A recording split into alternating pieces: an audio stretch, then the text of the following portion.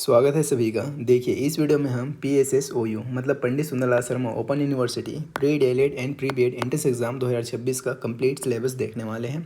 प्रवेश परीक्षा 2026 का संपूर्ण पाठ्यक्रम एवं परीक्षा पैटर्न। ये वीडियो आपके लिए बेहद इंपॉर्टेंट है अगर आप पंडित सुंदरलाल शर्मा ओपन यूनिवर्सिटी से प्री डीएलएड या फिर प्री बीएड का एंट्रेंस एग्जाम दिलाने वाले हैं। तो वीडियो को पूरा देखिएगा बेटर अंडरस्टैंडिंग के लिए, अच्छे से समझने के लिए। देखिए 100% प्रामाणिक जानकारी अधिसूचना पर आधारित, जो अधिसूचना में बताया गया है वही जानकारी हम इस स्लाइड में आपको देंगे। क्षेत्राधिकार एवं नियम का अगर बात किया जाए तो इसे एक बार समझ लीजिए। बीएड एवं डीएलएड में प्रवेश से संबंधित संपूर्ण प्रक्रिया NCTE व छत्तीसगढ़ राज्य शासन व उच्च शिक्षा विभाग के दिशा निर्देशों के अनुरूप है। किसी भी तरह की आपत्ति की स्थिति में माननीय कुलपति महोदय का निर्णय अंतिम एवं मान्य होगा। विधि संबंधी विवाद की स्थिति में कार्य क्षेत्र केवल छत्तीसगढ़ उच्च न्यायालय बिलासपुर मतलब हाई कोर्ट तक ही सीमित रहेगा। ठीक है, आगे समझते हैं प्रश्न पत्र की रूपरेखा। Exam pattern overview. तो प्रश्नों की कुल संख्या 100 प्रश्न होंगे और अधिकतम अंक कितना होगा तो 100 अंक, मतलब एक एक प्रश्न एक एक नंबर का होगा। और टोटल समय आपको कितना मिलेगा तो 2 घंटा 15 मिनट समय आपको दिया जाएगा इस 100 प्रश्नों को सॉल्व करने के लिए। परीक्षा प्रश्न पत्र में 2 भाग होंगे, एक भाग अ होगा और भाग ब होगा। प्रत्येक प्रश्न के लिए 1 अंक निर्धारित है। ठीक है, परीक्षा पद्धति एवं मूल्यांकन। एग्जाम मेथडोलॉजी एंड मार्किंग, इसे समझिए। परीक्षा पूर्णतः वस्तुनिष्ठ ऑब्जेक्टिव टाइप होगी। प्रत्येक प्रश्न के 4 संभावित विकल्प होंगे जिनमें से केवल एक उत्तर ही सही होगा जिसे आपको OMR पे मार्क करना है। सही उत्तर का पूर्ण गोला OMR काला नीला करने पर 1 अंक मिलेगा, मतलब OMR में ऐसे 4 गोला मिलेगा आपको। ठीक है, और इधर प्रश्न नंबर लिखा रहेगा। जैसे ये प्रश्न क्रमांक 1 है और इसका अगर B सही है तो आप ये वाला गोला पूरा क्या करेंगे, पूरा इस तरीके से भरेंगे। गोला को आपको अच्छी तरह से भरना है, किसी भी तरह का कोई भी उसमें खाली जगह नहीं छोड़ना है। ठीक है, अब ये आपका अगर सही है तो आपको यहाँ पे 1 नंबर दे दिया जाएगा। ऋणात्मक अंकन निगेटिव मार्किंग नहीं है इस एग्ज़ाम में। तो आप क्या करेंगे, एग्ज़ाम में बैठेंगे तो पूरा 100 में से 100 प्रश्न आप क्या करके आएंगे, सॉल्व करके आएंगे। ठीक है, गलत उत्तर 1 से अधिक गोले या अपूर्ण गोले पर 0 अंक प्रदान किए जाएंगे, ये तो आप जानते ही हैं। प्रश्न पत्र का स्तर, डिफ़िकल्टी लेवल ऑफ एग्ज़ाम। जो प्री बीएड का एंट्रेंस एग्ज़ाम होगा उसका लेवल कहाँ तक रहेगा तो ग्रेजुएशन लेवल का होगा। स्नातक स्तर का क्वेश्चन वहाँ पे पूछा जाएगा। और प्री डीएलएड के एंट्रेंस एग्ज़ाम में मैट्रिक या 10+2 स्तर मतलब 12वीं के लेवल का क्वेश्चन यहाँ पे पूछा जाएगा। ठीक है, परीक्षा का ब्लूप्रिंट समझिए। भाग अ पार्ट ए जो सभी के लिए अनिवार्य होगा, कंपलसरी होगा, सभी को इसे सॉल्व करना ही है। जहाँ पे सामान्य हिंदी के 10 प्रश्न पूछे जाएंगे 10 अंक के, और सामान्य अंग्रेजी का पूछा जाएगा 10 प्रश्न जो कि होगा 10 नंबर का।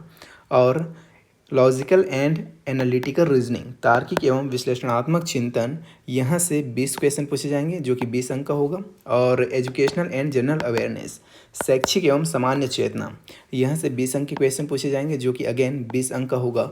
और teaching learning and the school शिक्षण अधिगम एवं विद्यालय यहाँ से 20 क्वेश्चन पूछे जाएगा जो कि कितना होगा 20 अंक का होगा। क्लियर है, आगे देखिए परीक्षा ब्लूप्रिंट में भाग ब पार्ट बी, इसे आपको विशेष ध्यान देना है। देखिए विषयगत सक्षमता मतलब सब्जेक्ट कॉम्पिटेंसी यहाँ पे चेक किया जाएगा। आपको इसमें से किसी एक को ही सॉल्व करना है। इस बात को आपको ध्यान रखना है, या तो आप साइंस अटेम्प्ट करेंगे, साइंस अटेम्प्ट कर लिए तो बाकी चीज़ों को आपको छोड़ देना है, मैथमेटिक्स और सोशल साइंस को।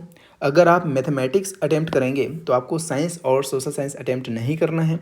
सोशल साइंस अटेम्प्ट करेंगे तो साइंस एंड मैथमेटिक्स अटेम्प्ट नहीं करना है। ठीक है, यहाँ पे 20-20 अंक के ये तीनों सब्जेक्ट से क्वेश्चन रहेगा। आपको केवल एक सब्जेक्ट का 20 क्वेश्चन सॉल्व करना है। जैसे मैं साइंस वाला हूँ तो मैं ये साइंस का 20 क्वेश्चन अटेम्प्ट करूँगा जो कि 20 अंक का है, बाकी इनको मैं अटेम्प्ट नहीं करूँगा। क्लियर है, तो इस तरीके से आपको देख लेना है। ऐसा बाउंडेशन इसमें बिल्कुल नहीं है कि साइंस वाला साइंस अटेम्प्ट करेगा या आर्ट वाला सामाजिक विज्ञान अटेम्प्ट करेगा, ऐसा नहीं है। आप कोई भी सब्जेक्ट जो आपको लगता है कि ज़्यादा अच्छा स्कोर बनेगा उसको आप अटेम्प्ट कर सकते हैं। ठीक है, लेकिन कोई एक विषय। भाग ब हेतु महत्वपूर्ण निर्देश important instructions for part B. भाग ब से केवल एक ही विषय के सभी 20 प्रश्न हल करने हैं। एक से अधिक विषय हल करने पर छात्र को अयोग्य डिसक्वालीफाइड घोषित किया जाएगा। ठीक है, चलिए अब सिलेबस देखते हैं। सामान्य हिंदी बोध व्याकरण के यहाँ पे कैसे सवाल आएंगे उसे समझिए, कहाँ से सवाल आएंगे उसे समझिए। मानक भाषा के अंतर्गत स्वरूप और लक्षण से सवाल पूछा जाएगा आपसे। शब्द भेद के अंतर्गत संज्ञा पद, सर्वनाम, क्रिया विशेषण का व्यावहारिक प्रयोग यहाँ से पूछा जाएगा। और रचना एवं प्रकार में समास, समास का रचना एवं प्रकार पूछा जाएगा। संधि का नियम एवं प्रकार पूछा जाएगा आपसे। व्यावहारिक व्याकरण में विनम्रता सूचक, विधि निषेध, कालबोध, स्थान एवं दिशाबोध यहाँ से सवाल पूछा जाएगा। साथ ही साथ कारक, कार्य संबंध और अनुक्रम, व्याकरणिक अशुद्धियाँ यहाँ से भी सवाल आएगा हिंदी में। तो इन टॉपिक्स को आपको अच्छे से पढ़ लेना है। कैसे पढ़ेंगे? आप डायरेक्ट ये टॉपिक यूट्यूब पे सर्च करके पढ़ सकते हैं। बुक लिए हैं तो बुक से पढ़ सकते हैं इस टॉपिक को निकाल के, लेकिन आपको टू द पॉइंट पढ़ना है, सिलेबस के अकॉर्डिंग पढ़ना है, ठीक है। आगे आपको कैसे तैयारी करना है उसके ऊपर भी हम एक सटीक रणनीति के ऊपर वीडियो बनाएंगे। आगे कुछ टाइम में आपको वो वीडियो भी मिल जाएगा, उसको भी देखिएगा, बहुत बेहतरीन वीडियो होने वाला है, ठीक है। देखिए हिंदी में आपको शब्द बोध मतलब वोकैबुलरी के अंतर्गत और क्या क्या पढ़ना है, तो आपको पढ़ना है उपसर्ग, प्रत्यय एवं इनके अर्थमूलक प्रभाव, तत्सम तद्भव, देशज और विदेशी, साथ ही साथ संकर और नवनिर्मित शब्द के बारे में पढ़ना है। पर्यायवाची, विलोमार्थी, अनेकार्थी और युग्म यहाँ से भी सवाल पूछा जाता है। अशुद्धि संशोधन, उच्चारणगत, शब्द व शब्दार्थगत अशुद्धियाँ यहाँ से भी सवाल आता है हिंदी में, ठीक है। उसके बाद जनरल इंग्लिश कॉम्प्रिहेंसन, देखिए ग्रामर फंडामेंटल्स यहाँ से क्वेश्चन पूछा जाएगा। और जो भी ये सिलेबस है इंग्लिश का, ये कंप्लीट सिलेबस पिछले साल हमने यूट्यूब पे कराया था, वो पुराना वीडियो आपको मिल जाएगा, प्लेलिस्ट बना हुआ है, चैनल पे जाके आप चेक कर सकते हैं प्लेलिस्ट वाले सेक्शन में। साथ ही साथ अभी हम लेटेस्ट पैटर्न के आधार पर, लेटेस्ट पैटर्न तो वही है, लेकिन हम नई क्लासेस भी लेंगे जिसमें हम आपको समझाएंगे सभी चीज़ों को अच्छे से। उसके लिए आप लोग चैनल को सब्सक्राइब करके रखेंगे। चलिए समझते हैं यहाँ पे सिलेबस को। यहाँ पे आपसे पूछा जाएगा पार्ट्स ऑफ स्पीच, इसके अंतर्गत countable, non countable nouns, pronouns, pronoun में रिलेटिव और पजेसिव, एडजेक्टिव के अंतर्गत attributive and as adjective as, adverbs पूछा जाएगा, प्रीपोजिशन में इन, ऑन, एट यहाँ से क्वेश्चन पूछा जाएगा। सिंपल सेंटेंस में imperative sentence, infinitive, present and past participle और जेंडर यहाँ से सवाल आता है। और सेंटेंस कॉम्बिनेशन में कंपाउंड सेंटेंसेस एंड बट का यूज़, इसे आपको पढ़ लेना है, समझ लेना है, यहाँ से सवाल पूछा ही जाता है। देखिए पंडित सुंदरलाल शर्मा ओपन यूनिवर्सिटी के एंट्रेंस एग्जाम का एक मेन विशेषता ये है कि इसमें सिलेबस के अकॉर्डिंग ही क्वेश्चन पूछा जाएगा। जितना यहाँ पे सिलेबस दिया है, अगर आप टू द पॉइंट चीज़ों को पढ़ लेते हैं, आपका स्कोर टॉप नॉच रहने वाला है। डिटरमाइनर्स में some, any, little, a little, few और अ फ्यू, इतना को आपको पढ़ लेना है, समझ लेना है, इनके यूजेस को आपको समझ के जाना है, यहाँ से सवाल आता है, ठीक है। बाकी एक्चुअल में क्वेश्चन का लेवल क्या रहता है और इन टॉपिक से एक्चुअल में सवाल आए हैं कि नहीं आए, ये सभी आपको किस में पता चलेगा, तो प्रीवियस ईयर क्वेश्चन में पता चलेगा। प्रीवियस ईयर क्वेश्चन आपको हम इसी यूट्यूब चैनल पे कराने वाले हैं, उसके लिए आप लोग तैयार रहिएगा। देखिए और क्या पूछा जाएगा इंग्लिश में, तो advanced grammar and vocabulary, tenses and clauses पूछा जाएगा, जिसमें प्रेजेंट प्रोग्रेसिव और सिंपल टेंस पूछा जाएगा, पास्ट सिंपल, गोइंग टू और इफ़ क्लॉज में फर्स्ट कंडीशन ये पूछा जाता है। स्ट्रक्चर्स में question framing, WH, yes, no, article में ए एंड द आपसे पूछा जाएगा, वॉइस में एक्टिव पैसिव वॉइस पूछा जा सकता है और नरेशन भी पूछा जाता है कभी कभी। वोकेबलरी, वन वर्ड सब्स्टिट्यूशन पूछा ही जाता है, स्पेलिंग पूछा जाता है, अपोजिट वर्ड, प्रीफिक्सेस, अन, डिस और इन से जो बने होते हैं उनसे संबंधित पूछा जाएगा आपको, और सफिक्सेस पूछा जाएगा। मॉडल्स में कैन का कैसा प्रयोग, कैपेबिलिटी, और मे का परमिशन, और शूड का एडवाइस, और वुड का पॉसिबिलिटी संबंधी जो इस्तेमाल है, जो उपयोग है, जो यूजेस है, उसे आपको समझ के जाना है, यहाँ से सवाल पूछा ही जाता है हमेशा, बेहद इंपॉर्टेंट है, ठीक है। उसके बाद तार्किक एवं विश्लेषणात्मक चिंतन, लॉजिकल एंड एनालिटिकल रीजनिंग। देखिए मानसिक योग्यता में निहित तर्क करना, संबंध देखना, एनालॉजी, आंकिक योग्यता आदि का परीक्षण, इनसे संबंधित क्वेश्चन पूछे जाते हैं। आपको क्या देख के जाना है, तो आपको देख के जाना है विषमता को पहचानना, आपको आना चाहिए, आप सीख के जाएंगे। आंकिक श्रेणी एवं अक्षर श्रेणी, नंबर सीरीज और लेटर सीरीज आपको अच्छे से प्रैक्टिस करके जाना है। अंक और चित्रों द्वारा संबंध देखना, कोडिंग डिकोडिंग हमेशा क्वेश्चन पूछा जाता है यहाँ से। छुपे हुए चित्र, वर्ग एवं अंक, गणितीय संक्रियाएं, पैटर्न, यहाँ से सवाल हमेशा आते हैं। उसके बाद शैक्षिक एवं सामान्य चेतना, यहाँ पे आपको इतिहास में देखिए, इतिहास कहाँ तक सीमित रहेगा, तो भारत एवं छत्तीसगढ़ तक सीमित रहेगा। आपको भारतीय इतिहास, इंडियन हिस्ट्री अच्छे से पढ़ के जाना है। भारतीय सांस्कृतिक विकास, ऐतिहासिक घटनाएं, भारतीय स्वतंत्रता का इतिहास 1857 से 1945 तक, और 1947 के बाद का घटनाक्रम, सुधार आंदोलन, राष्ट्रीय एकता, ये सभी चीज़ें आपको भारतीय इतिहास के अंतर्गत पढ़ के जाना है। उसके बाद नागरिक शास्त्र एवं अर्थशास्त्र में आप क्या पढ़ेंगे, तो देखिए नागरिक शास्त्र जिसे आप राजनीति, देखिए मौलिक कर्तव्य एवं मौलिक अधिकार, इसको आपको पढ़ के जाना है, यहाँ से सवाल पूछा ही जाएगा। शिक्षा, भाषा, सांस्कृतिक, राष्ट्रीय प्रतीक, राष्ट्रीय व्यक्तित्व, लोकसभा, राज्यसभा, मुख्य संवैधानिक प्रावधान, ये सभी चीज़ें आपको पढ़ के जाना है। आप टॉपिक वाइज इन चीज़ों को पढ़ के समझ के जाएंगे तो आपका कोई भी क्वेश्चन नहीं छूटेगा और आप सही अटेम्प्ट करके आएंगे। अर्थशास्त्र में सामाजिक आर्थिक विकास, जनसंख्या परिप्रेक्ष्य, सकल राष्ट्रीय उत्पादन और प्रति व्यक्ति आय, नियोजन प्रक्रिया, कृषि, ग्रामीण औद्योगिक विकास, बैंक प्रणाली, रोजगार, वर्तमान आर्थिक घटनाक्रम, ये सभी चीज़ें आपको देख के जाना है। टॉपिक वाइज आप पढ़ सकते हैं, आपका बेहतर स्कोर आएगा ही आएगा। उसके अलावा भूगोल एवं सामान्य विज्ञान में देखिए क्या पूछा जाएगा। तो भूगोल जियोग्राफी में आप प्राकृतिक संसाधन से संबंधित चीज़ों को समझ के जाएंगे। पर्यावरण चेतना, वनस्पति एवं प्राणी समूह से संबंधित क्वेश्चन आएगा। मिट्टी एवं मिट्टी के प्रकार, खनिज, भारत के राज्य और उसकी भौगोलिक स्थिति। सामान्य विज्ञान जनरल साइंस में विज्ञान के मूलभूत सिद्धांत, चेतना एवं जीवन की गुणवत्ता के लिए विज्ञान। विज्ञान का पाठ्यक्रम व्यापक हो सकता है, इसे आपको क्या करना है, ध्यान में रखना है, ठीक है। उसके बाद खेल एवं शिक्षा एवं योग शिक्षा संबंधित क्वेश्चन। भारत के विभिन्न आयोग आपको पढ़ के जाना है। शिक्षा नीति पढ़ के जाना है। शैक्षिक तकनीक समीक्षा पढ़ के जाना है।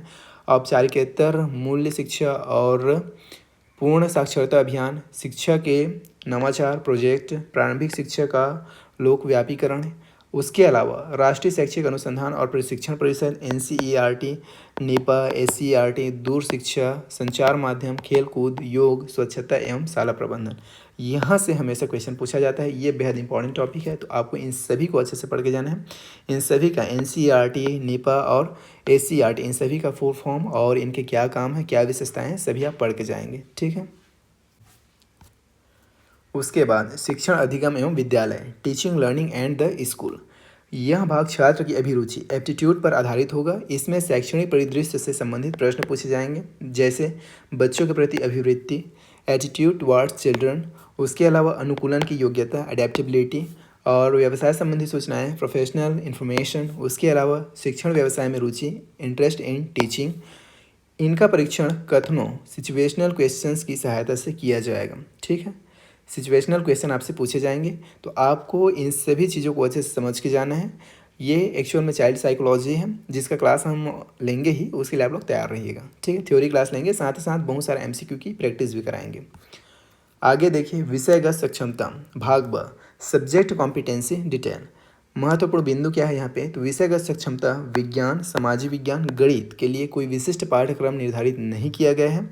इन विषयों से संबंधित सामान्य स्तर के प्रश्न पूछे जाएंगे। BEd के लिए स्नातक स्तर का क्वेश्चन पूछा जाएगा और DLED के लिए 12th स्तर का क्वेश्चन पूछा जाएगा। तो आपको उस हिसाब से तैयारी करके जाना है सब्जेक्ट वाले में। उसके बाद मूल्यांकन एवं आरक्षण श्रेणियाँ, इसको तो हम पहले भी बता चुके हैं, लेकिन एक बार देख लीजिए, पुनर्मूल्यांकन नहीं होगा। क्यों?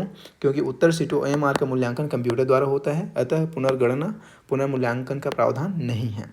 और ये आरक्षण वगैरह का तो मैं आपको पहले ही बता दिया हूँ, ठीक है, तो इसमें नहीं जाएंगे अभी।